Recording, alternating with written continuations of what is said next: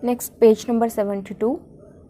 Based on these observations, Mendel proposed that something was being stably passed down unchanged from parent to offspring through the gametes.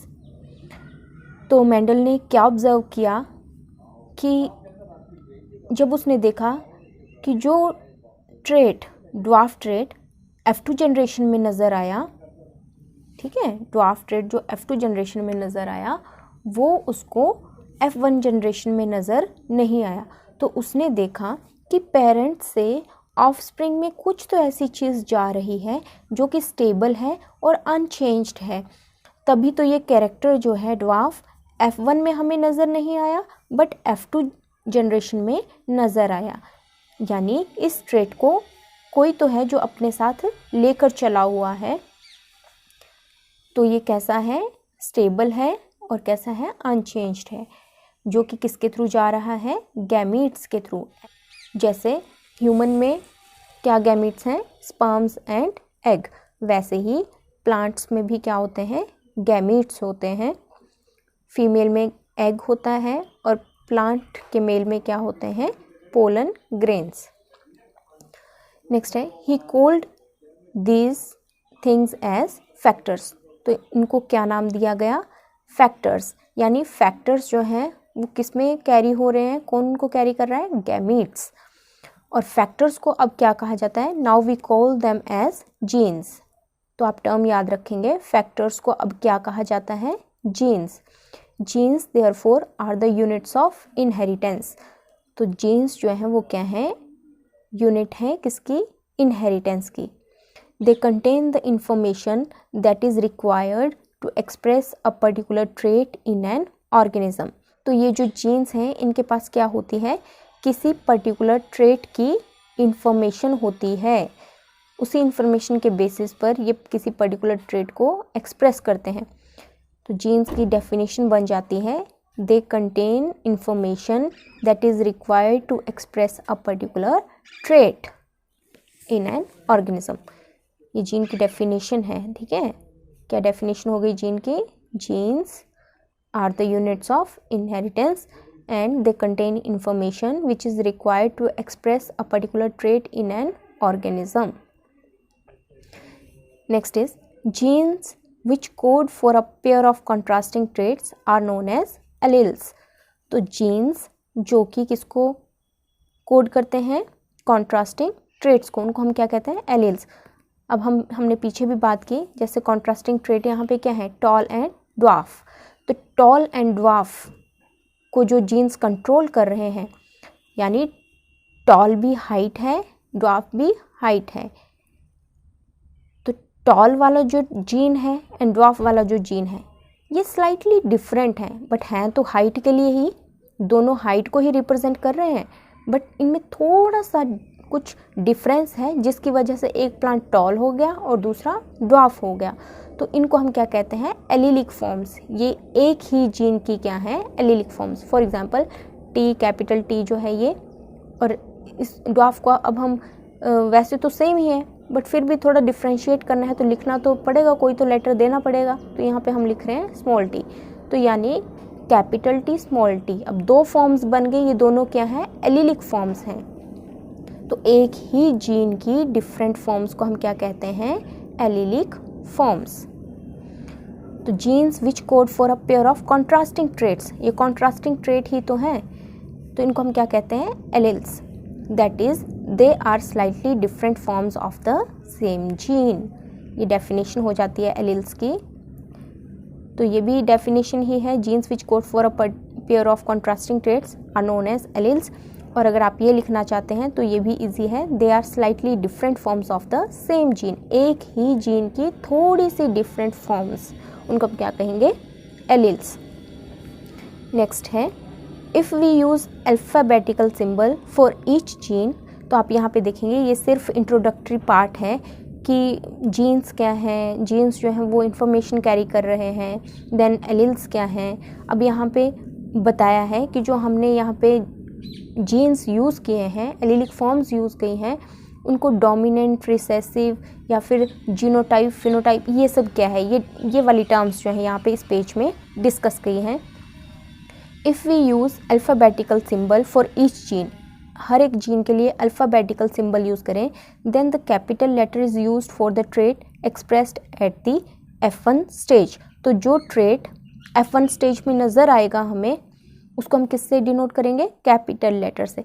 But यहाँ पे याद रखना है कि Mendel ने क्या किया था, ट्रू ब्रीडिंग लाइन्स ली थी, टॉल लिया था या फिर ड्वार्फ लिया था, हाइब्रिड नहीं लिया था, ट्रू ब्रीडिंग लाइन्स का यूज़ किया था।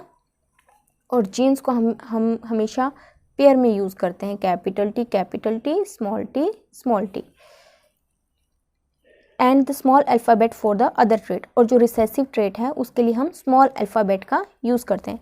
For example, in case of character of height, T, capital T is used for tall trait and small T for the dwarf trait. तो यहाँ पे देखेंगे, फिर से बात कर रहे हैं, कैरेक्टर क्या है, हाइट, कैरेक्टर क्या है यहाँ पे, हाइट। और यहाँ पे एक ही कैरेक्टर के दो ट्रेट्स हैं, एक टॉल ट्रेट है और एक ड्वार्फ ट्रेट है। टॉल ट्रेट के लिए हम कैपिटल टी यूज़ करेंगे एंड ड्वार्फ के लिए small T. And capital T and small T R alleles of each other. तो यहाँ पे कैपिटल टी, स्मॉल टी दोनों हाइट के लिए ही हैं बट स्लाइटली डिफरेंट हैं, तो इनको हम क्या कहेंगे, alleles. Hence in plants the pair of alleles for height would be. अब हाइट के लिए क्या एलीलिक पेयर्स बन सकते हैं, जीन्स के क्या क्या पेयर हो सकते हैं, कैपिटल टी, स्मॉल टी और स्मॉल टी। मेंडल ने जैसे यहाँ पे लिया है टॉल एंड ड्वार्फ, ऑलरेडी ये ट्रू ब्रीडिंग लाइन्स थी, कैपिटल टी, स्मॉल टी। और एक और जो कॉम्बिनेशन हमारे पास बनता है वो कैसा होता है, capital T and small T का, कैपिटल टी, स्मॉल टी। तो ये कॉम्बिनेशन है जीन्स का, ठीक है। कॉम्बिनेशन कैसे हो सकता है, या तो ऐसा हो सकता है या ऐसा होगा या फिर ऐसा होगा। Next is Mendel also proposed that in a true breeding. अब बार बार आप ध्यान देंगे, जैसे ही टर्म्स आ रही हैं इन टर्म्स को समझना है। ट्रू ब्रीडिंग यूज़ किया है, true breeding means homozygous dominant या फिर होमोजाइगस रिसेसिव, ये दोनों ही ट्रू ब्रीडिंग है। True breeding homozygous dominant, homozygous recessive. Tall और dwarf pea plant varieties, the allelic pair of genes for height are identical और होमोजाइगस। तो ट्रू ब्रीडिंग के लिए बताया उसने क्या ली, tall and dwarf pea varieties जिनके एलीलिक पेयर्स कैसे थे, होमोजाइगस, यानी उसने एक पेरेंट लिया कैपिटल टी वाला और दूसरा लिया स्मॉल टी वाला। Next is capital T and small T R called the genotype. तो जो जीन्स को रिप्रेजेंट करे वो क्या हुआ, genotype of the plant. While the descriptive terms, जो हम टर्म्स यूज़ कर रहे हैं, टॉल एंड ड्वार्फ, जिनको बाहर से देखने से ही पता चलता है टॉल है, ड्वार्फ है, वो उसका क्या हुआ, phenotype. What then would be the phenotype of a plant that had a genotype capital T small t? अब आपको बताना है यहाँ पे phenotype। बताओ ये इस genotype का phenotype क्या होगा। genotype क्या है, कैपिटल T स्मॉल t, तो phenotype क्या होगा, yes it is tall, क्योंकि हमने पहले भी बात की, एक भी डोमिनेंट जीन अगर प्रेजेंट हो पेयर में तो उसका ही ट्रेट सामने आता है, तो प्लांट कैसा होगा, tall. Next is as Mendel found the phenotype of the F1 heterozygote capital T small t to be exactly like the capital T parent in appearance, he proposed that in a pair of dissimilar factors one dominates the other and hence is called the dominant factor while the other factor is recessive। तो उसने क्या बताया, F1 generation में जब उसने देखा कि जो जीनोटाइप है वो कैसा है, कैपिटल T स्मॉल t, और फिनोटाइप में वो क्या है, अपने किसी एक पेरेंट से मैच करता है, जैसे टॉल हाइट वाले से। तो यहाँ पे सारे प्लांट्स टॉल हैं, वो अपने एक ही पेरेंट के साथ मैच कर रहे हैं। जब हिट्रोजाइगस कंडीशन होती है, हिट्रोजाइगस कंडीशन में क्या होता है, एक फैक्टर जो है वो दूसरे फैक्टर को डोमिनेट करता है। एक जो है डोमिनेट फैक्टर होता है और दूसरा क्या होता है, recessive factor. In this case capital T is dominant over small t, that is recessive. He observed identical behavior for all the other characters trait pairs that he studied. तो उसने देखा ये सब में है कि जब हिट्रोजाइगस कंडीशन होती है, हिट्रोजाइगस मतलब डिफरेंट फैक्टर्स जब प्रेजेंट हैं पेयर में, तो हिट्रोजाइगस कंडीशन में क्या होता है, एक फैक्टर जो है वो डोमिनेंट होता है और दूसरा रिसेसिव होता है। डोमिनेंट वाला ही फिर अपने फिनोटाइप को एक्सप्रेस करता है और रिसेसिव वाला अपने फिनोटाइप को एक्सप्रेस नहीं कर पाता जब उसके साथ कौन प्रेजेंट हो, डोमिनेंट फैक्टर प्रेजेंट हो। It is convenient to use the capital and lower case of an alphabetical symbol to remember this concept of dominance. तो हमेशा हम एक ही लेटर यूज़ करते हैं। जब कभी W यूज़ करेंगे कैपिटल W तो हम स्मॉल w यूज़ करेंगे, कैपिटल B यूज़ करेंगे तो हम स्मॉल b यूज़ करेंगे, डिफरेंट लेटर्स नहीं लेते हैं। Do not use capital T for tall and small d for dwarf. तो ऐसा नहीं करना है, तो डिफरेंट हो जाएंगे। एक हमारे पास T है, एक D है, तो ऐसे याद करना मुश्किल हो जाएगा।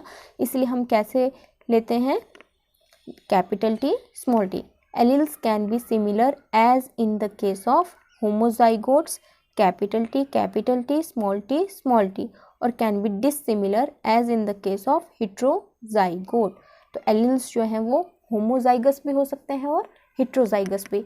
तो यहाँ पे कंफ्यूज नहीं होना है। कैपिटल T ये भी एलीलिक फॉर्म्स हैं। एलीलिक फॉर्म्स क्यों हैं, क्योंकि हमें पता है कैपिटल T है तो स्मॉल t भी अवेलेबल है जीन, इसीलिए कैपिटल T भी क्या हुई, एलीलिक फॉर्म का पेयर है। स्मॉल t भी एलीलिक पेयर का फॉर्म है और कैपिटल T स्मॉल t भी एलीलिक पेयर है।